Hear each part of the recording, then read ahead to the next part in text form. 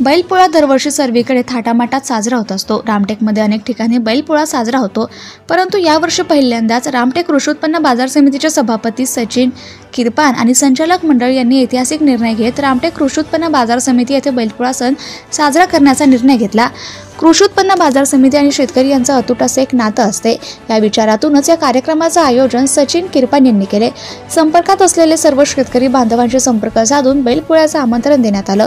या आमंत्रणाला माल देऊन दूर असलेल्या गावातूनही पाऊस सुरू असताना सुद्धा बैलजोड आणि शेतकरी बांधव उपस्थित राहिले।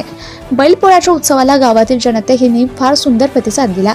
सभापती सचिन किरपान यांना बैलपोळ्याबद्दल विचारले असता त्यांनी सांगितलं की पहिल्या वर्ष असल्या कारणाने बैलजोड्या पोळ्यामध्ये येतात की नाही याची शंका असल्यामुळे जास्त चर्चा करण्यात आली नाही। प्रतिसाद यावर्षी जर चांगला असला तर पुढल्या वर्षी दवंडी मार्फत याची कल्पना सर्व गावकऱ्यांना देण्यात येईल।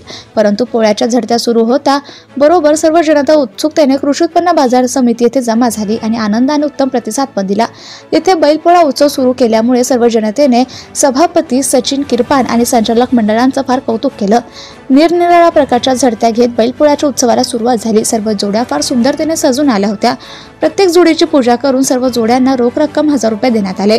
उत्पन्न बाजार समितीचे सचिव हनुमंता महाजन यांनी मंच व्यवस्था सांभाळून सर्व संचालक मंडळाचे आणि सभापतींचं स्वागत केलं।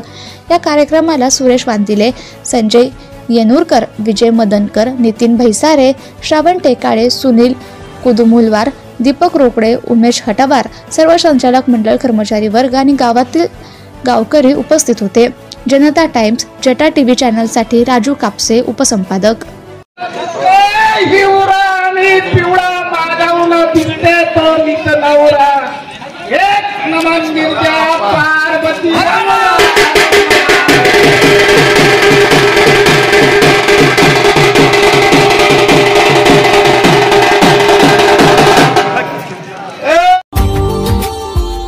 Subscribe now and press the bell icon.